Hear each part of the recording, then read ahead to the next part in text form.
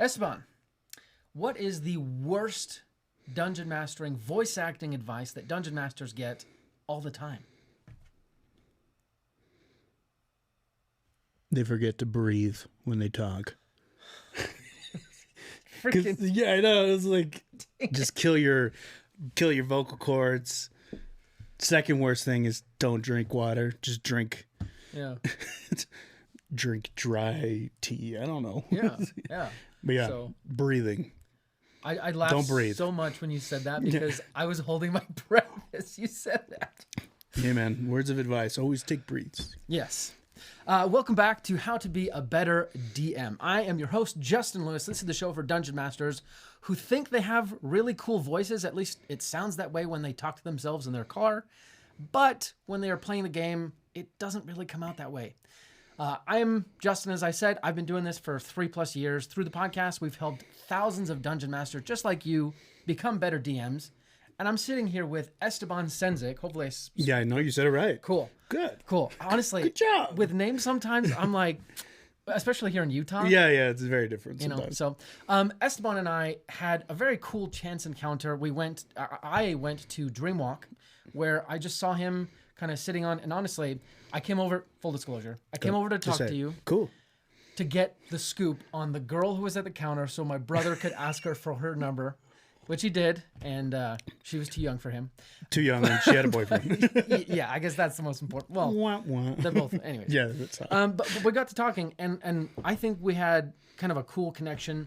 And I wanted to learn more about your experience with both Evermore in Utah and Dreamwalk in Utah, which, if you're familiar, I don't need to explain them. But if you're not familiar, obviously you should look them up because both of them were immersive fantasy environments, I guess you could describe them. Exactly.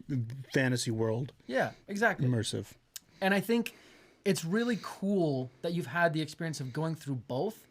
And for our dungeon masters, one thing I'm going to talk to you about is how to take your ideas and make them feel real, which in both instances, you absolutely did that.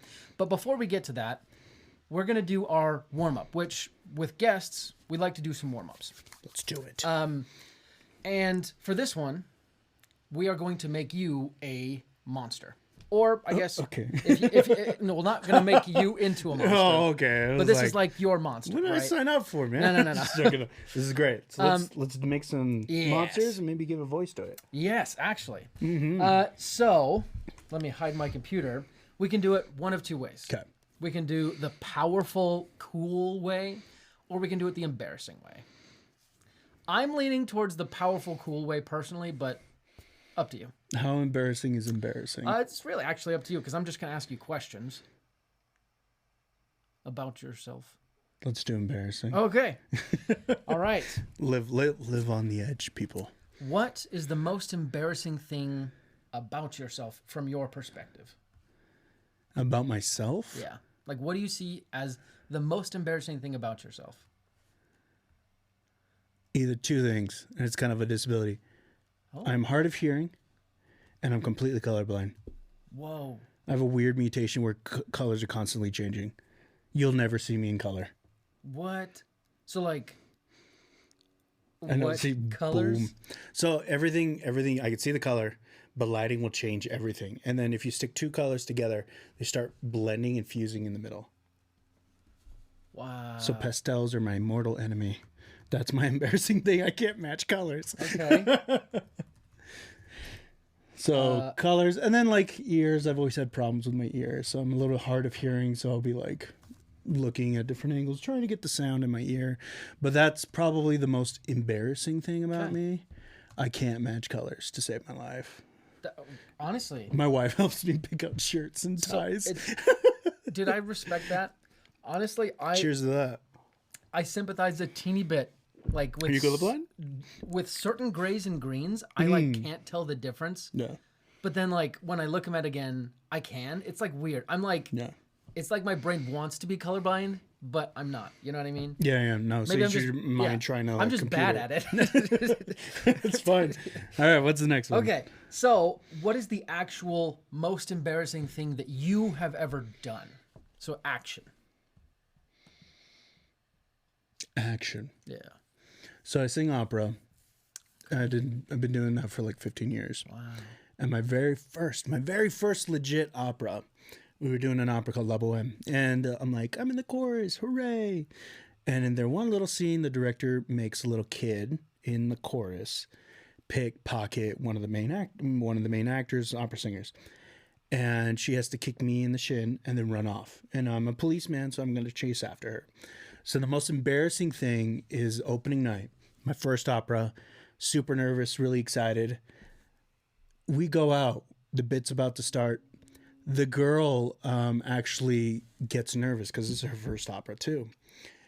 And so she pickpockets the baritone.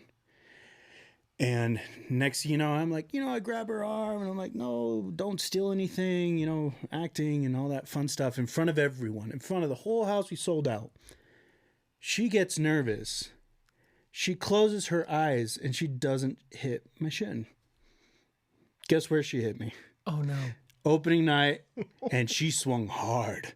So I dropped to my knees in the middle of the opera, kind of crying, but my next cue is to run out after her. So I'm like limping and crying, trying to sing my Italian words. And the little girl, we go off stage and she gives me the biggest high five and she's like, that was so good. She's like 6 years old. And I'm like, yeah, it was really good. I really don't want to hit a 6-year-old right now. It's the most embarrassing thing. I didn't get hit in the shin. Maybe a little bit more middle of my body. Midline. So that was probably one of the most embarrassing things I've ever done. Wow. I have more, but story. I have more, way more. That is super cool. Okay, I have to try and create that. Synthesize that into something. Throw you a little twist. Yeah. So performance anxiety. Yeah. Or it's not a good shot. Okay. I know what to do. Okay, you got it. But a real quick question about opera, because that's super interesting. Is all opera in Italian? No, so there's many different operas where the majority, the what they say is the golden language is Italian. Other people will say French. It's very true. I will say there's a lot of Italian opera singers, and the cool thing about it is that I've done all of them. So typically it's Italian, French, German.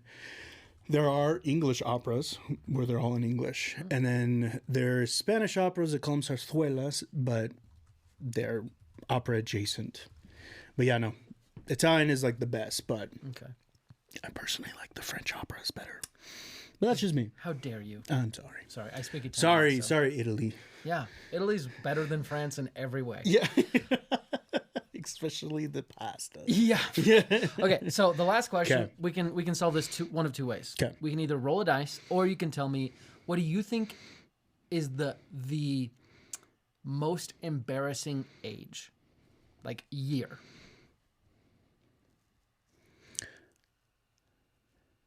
20 years old. 20. I was going to say 14, but I'm like, if we're making a character, he's like 14 years old. Probably not as threatening, but 20. Okay. Because it's like you are going into adulthood, but you're still a kid. Right. And you still don't know what to do with your life, even if you think you know what you're doing. Okay. I see. So it's like awkward time between an adult coming out of young adulthood, and you still are trying to like reconfigure your whole mindset for being from a teenager. I totally agree. And some people still crack. Yeah. Crack their voice. No, dude, I cracked my voice like 2 days ago. Yeah, me too. So, you chose a good number though, because that actually is going to be your challenge rating. So, or oh shoot, your monster's challenge rating. Okay. So from that particular blend of questions, we got the operatic pretender. Wait. Did you make this is a monster? Yes. No, this is your monster. Oh, this is my monster. Not you. This is your monster. So, oh shoot. I gave it hard of hearing, colorblind, pastels are mortal enemies, sings opera, has a weak point in the groin area, often pretends to be a constable or guard, very good at acting, has musical ability. So you're a medium monster, chaotic neutral, master of masquerade, Tall, lean humanoid clad in a patched guard's coat and polished breastplate, his face hidden by a white porcelain mask. I'm not mad at that. That's pretty sweet. Not bad. His coat is trimmed in pastel pink, an anathema he secretly despises, and he carries a finely balanced rapier at his hip. When he sings, his voice rings with uncanny power, filling halls with chilling beauty. Did you just watch me at night singing this? Or No. Did you? It's like, how do you know that my wardrobe is pink when I sing? And I run around with my rapier. It's trimmed in pastel pink, so sorry. it's probably gold or something else aside from that. But Yeah. let's see. Features, obviously, hard of hearing, color blindness, pastel loathing. If within 30 feet of an object or creature predominantly pastel colored, he gains advantage on saves against effects created by the object or creature. That's pretty sweet. I could destroy pink bunnies and stuff like that. Yeah. Well, I mean, you know, like- any of the pastel dragons, right? Those are dead. Yeah. No, they're gone. Weak groin. We won't go into that one. Nah, don't worry about it. Level 15th level spellcaster. Cool. Pretty sweet. Dominate person, autos irresistible dance. That seems right. Okay, let's see. Ward off pastels is one of your legendary actions. Pastel ward off. Yeah. Inspiring aria. I like this one. He sings an operatic aria. Allies within 60 feet who hear gain 30 temporary hit points. Shoot. And have advantage on on charisma saving throws for 1 minute. So honestly, This is great. yeah. That's me. Like that fits in with like any campaign in a social aspect. So I'll save this. I'll send this to you. You can use this. Thanks, man. Yeah. So I'll save that later. But let's get on. So you worked at Evermore. You worked at Dreamwalk.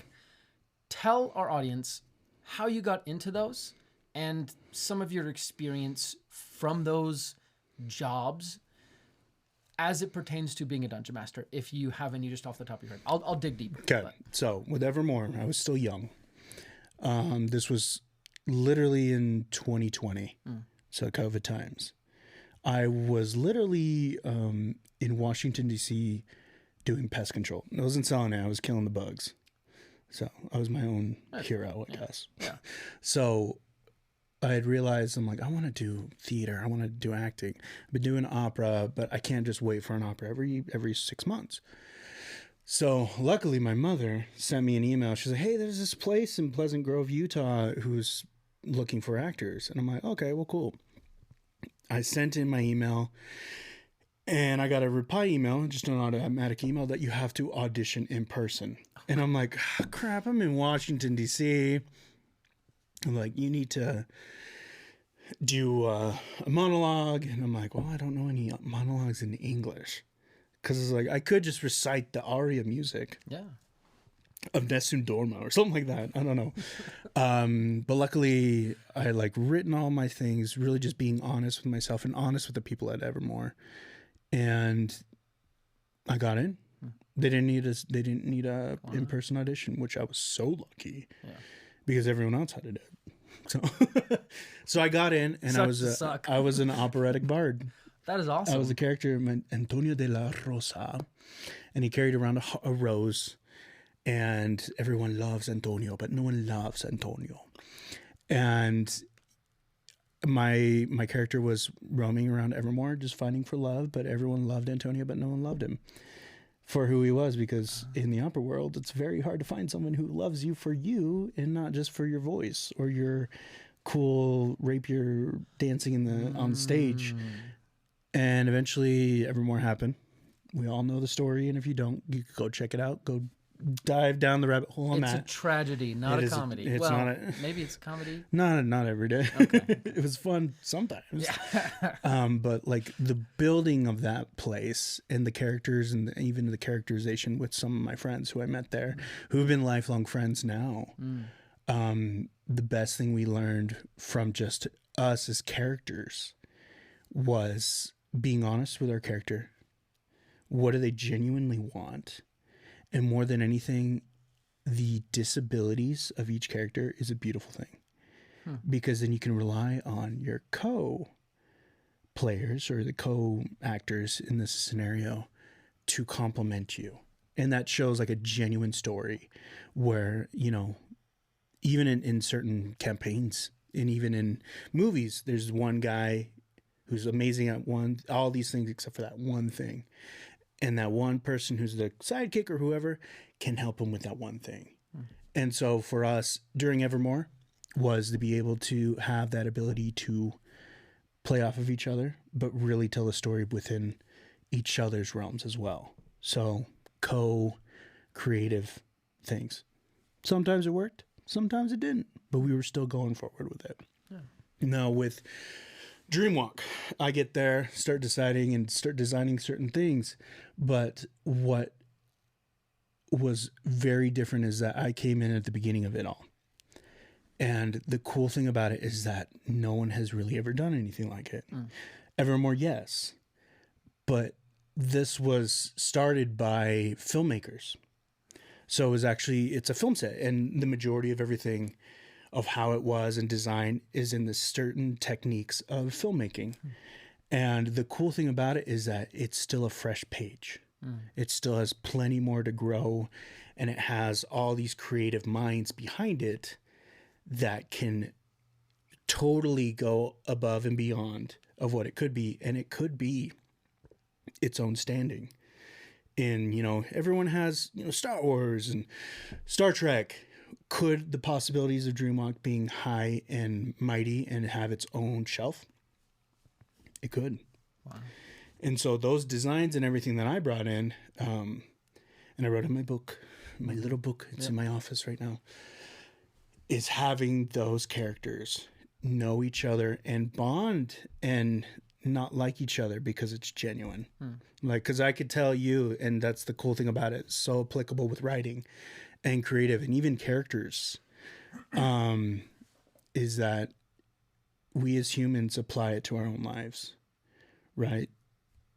Antonio de la Rosa at Evermore, he was me. I was single, had a rose, love roses, sings opera, and that's where I met my wife. Yeah, my wife now. We met at Vanderskeep, which is the restaurant that was attached. And at Dreamwalk, the creative building and the possibilities of how it can go and where it can go is limitless because it's a blank sheet of paper. And so for me, anytime I create, and those two creative outlets, I was the character. Dreamwalk, I was the designer.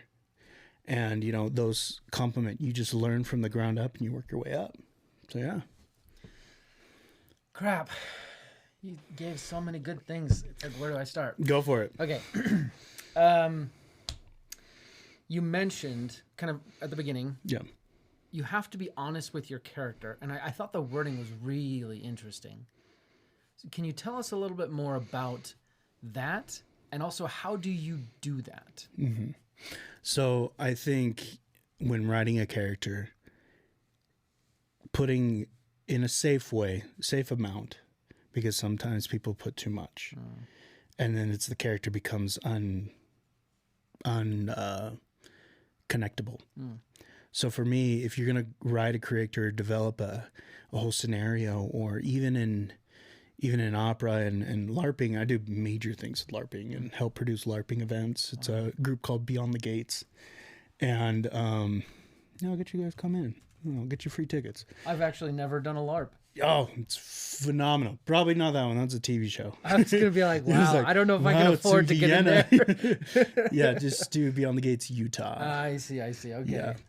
And it's actually a group of, majority of them are ex-Evermorians. Okay. And we all got together and we're like, okay, this story needs to be told.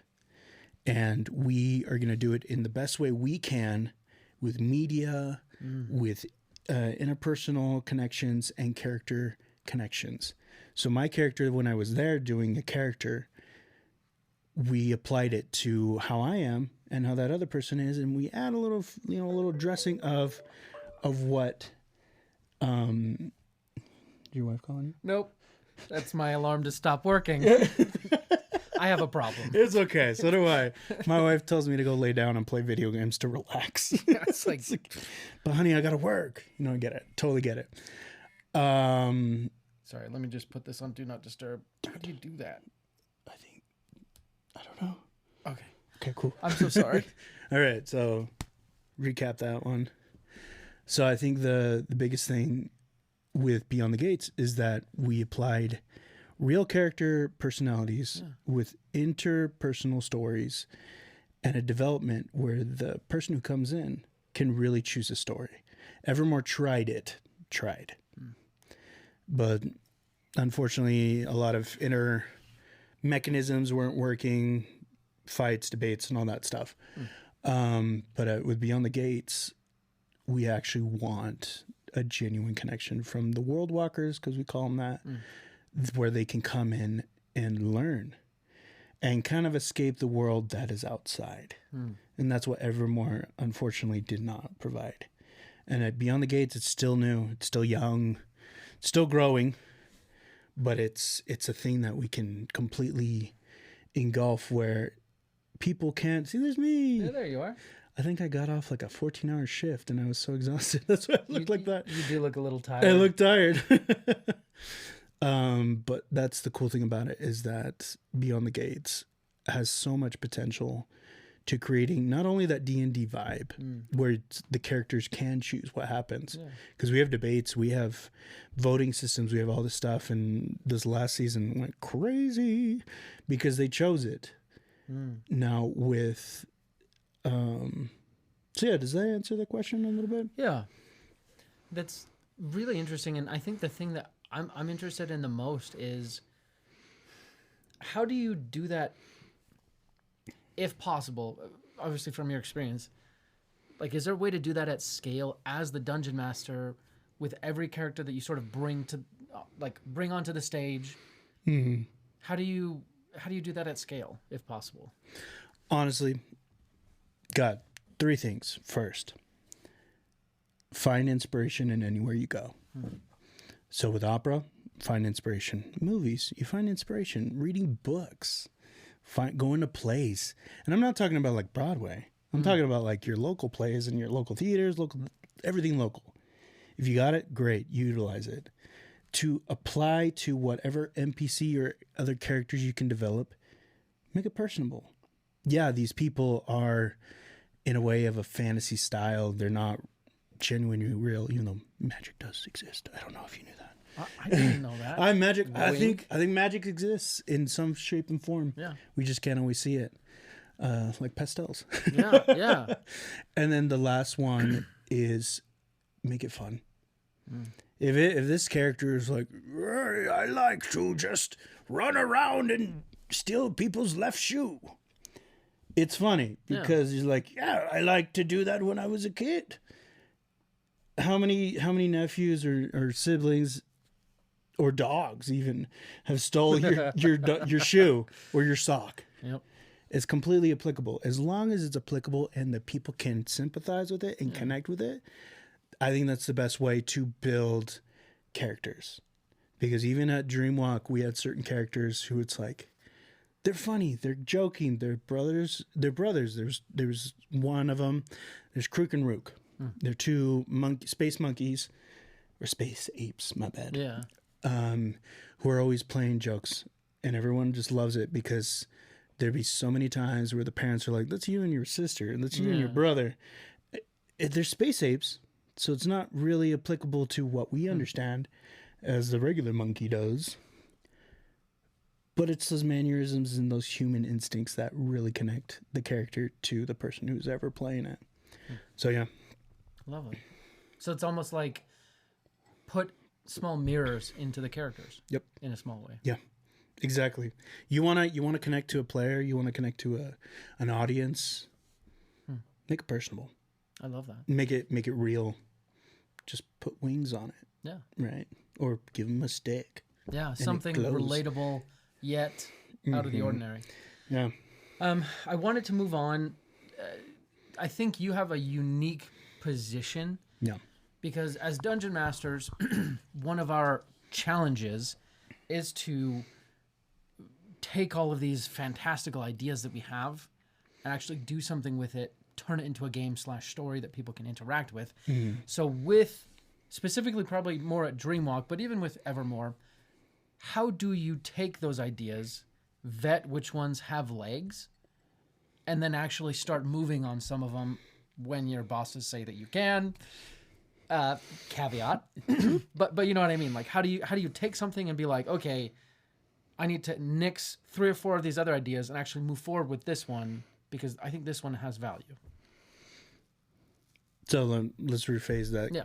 So the question you're asking me is how do we take a character and move forward with it? Well, in general, just any creative idea. Because as a dungeon master, one of the big problems people have is world builder's disease, where before they Never start. heard of this. Oh yeah. Okay, well, tell me. It's a terrible disease. Okay. Some of Is it it curable? Honestly, it is. Okay. Then But how do we do it?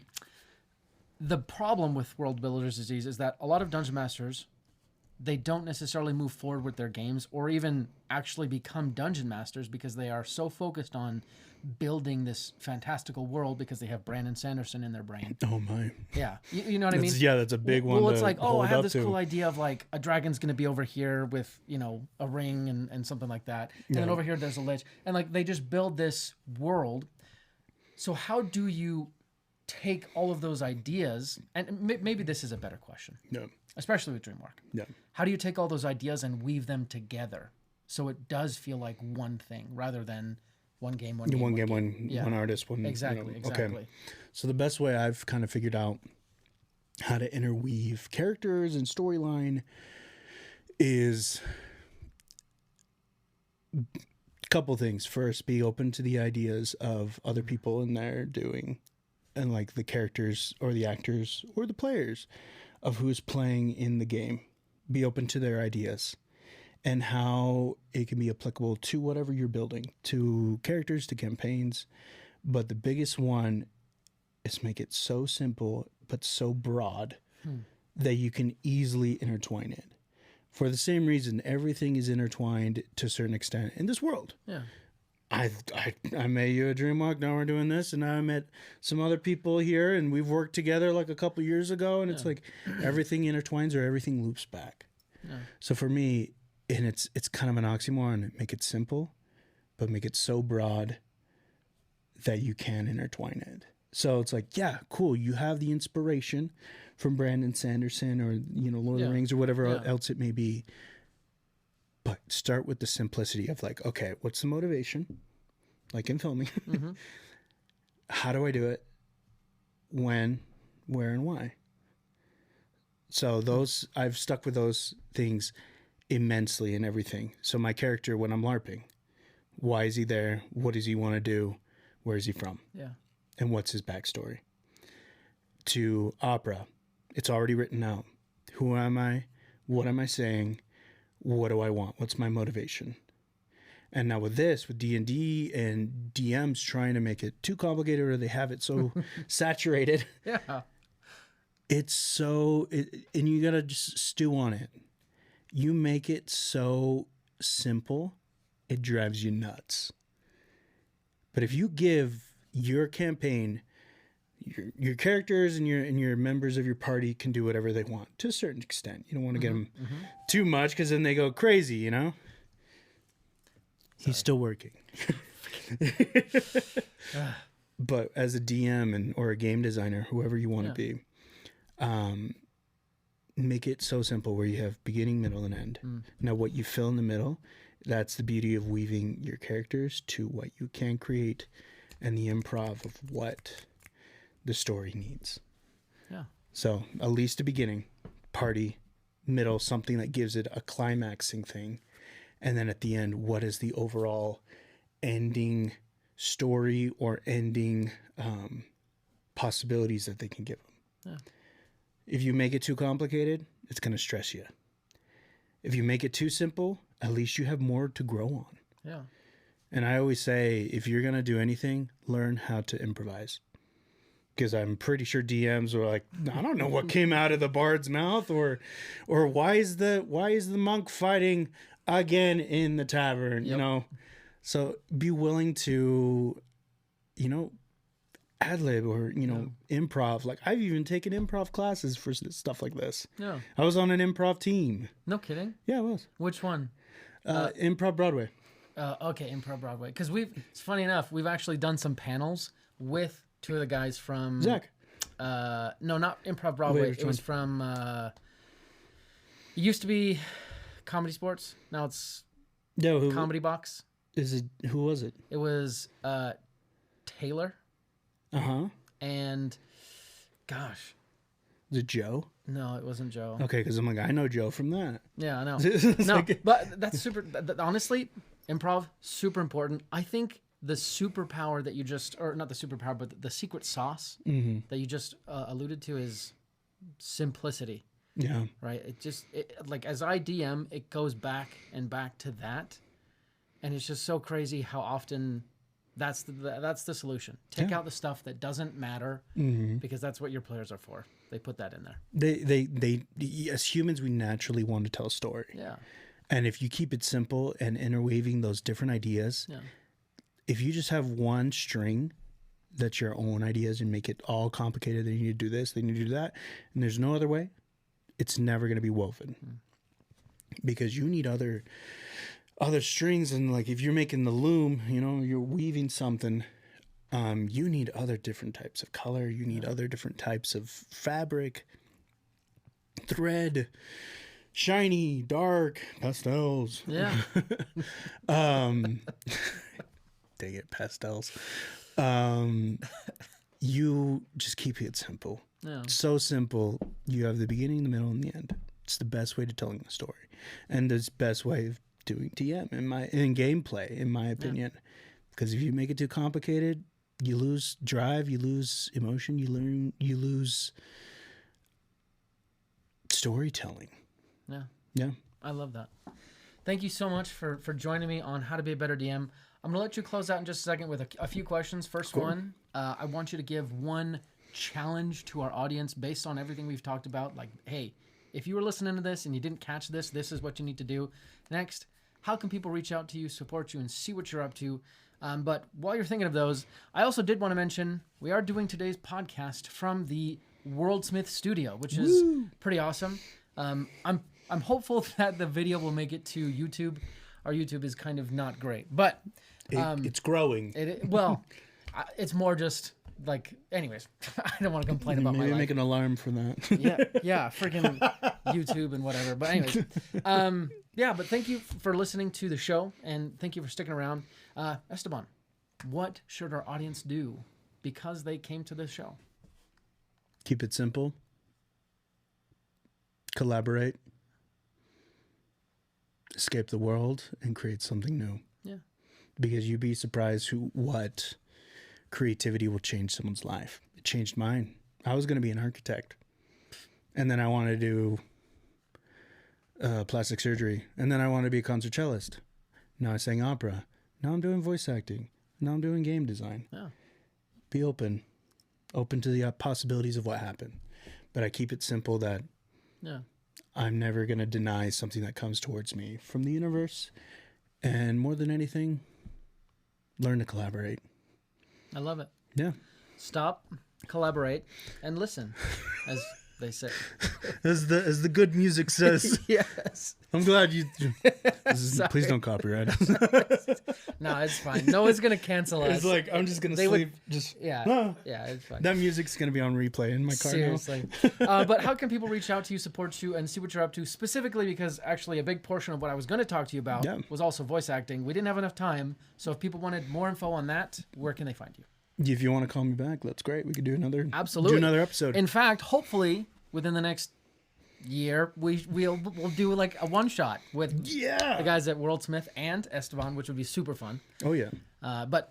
So how can people reach out to you? People can reach out on all my social medias. It's Esteban the Ren Man. Renaissance was way too long to put into an Instagram. Makes sense. Profile. Also hard to spell. Yeah, I can't even spell that sometimes. So Esteban the Ren Man. You can find me on my voice acting things with Voicelings, directed and coached by Tara Strong, who is the voice of Timmy Turner, Raven, 1,000 other voices, and my other coach, Kathleen Erles, who's the voice of Dora the Explorer. Wow. Dora had 3 simple things. Yeah. And look how many years I think Dora's still going on right now. That's crazy. Yeah, it's so simple. It lasts forever. Yeah. So go check me out. Either I'm doing voice acting, my opera journey, designing escape rooms, LARPing, film producer, hence the Ren Man Renaissance, because I literally Googled it. Oh, I see. And I'm like, Renaissance is just the learning of everything. I thought it was because you just like Renaissance fairs. Oh, that too. I do have a rapier. Right, but being a Renaissance man is a bigger thing. Yeah. Right? It's it's a man of many qualities. Many qualities. I do a lot. I get bored. I love My it. wife loves me for it. Yeah, And she supports me, Well, that's a good wife. which is always good and bad. Yes. Good because I get to do it. She trusts me. We love each other. Yeah. Bad because sometimes my ideas can read me a little damaged. I'll come home like, oh, that hurt. No, I She's get like, it. Go get a Band-Aid, honey. Yeah. Thanks, baby. Basically. Yeah, so check me out on all that. Excellent. Well, we'll have those notes in the show notes, which is where show notes usually are. Yep. But thanks for listening to the show. Thank you for coming. Thank you to the Worldsmith guys for being here and just being awesome. We'll be back next time with another handcrafted episode just for you. Until then, let's go ahead and roll initiative. With real dice? Oh, you got a 2. I got a 2. What do I get? A 2. Double 2s. Thanks again. Have a good one. Oh my gosh. I can't believe we both got 2s. I know. It's better than a 1. Crazy. Well, it just means that we are screwed. Especially like- if, especially We're screwed together. Yay. I know. I thought it was a Especially 20 for a second.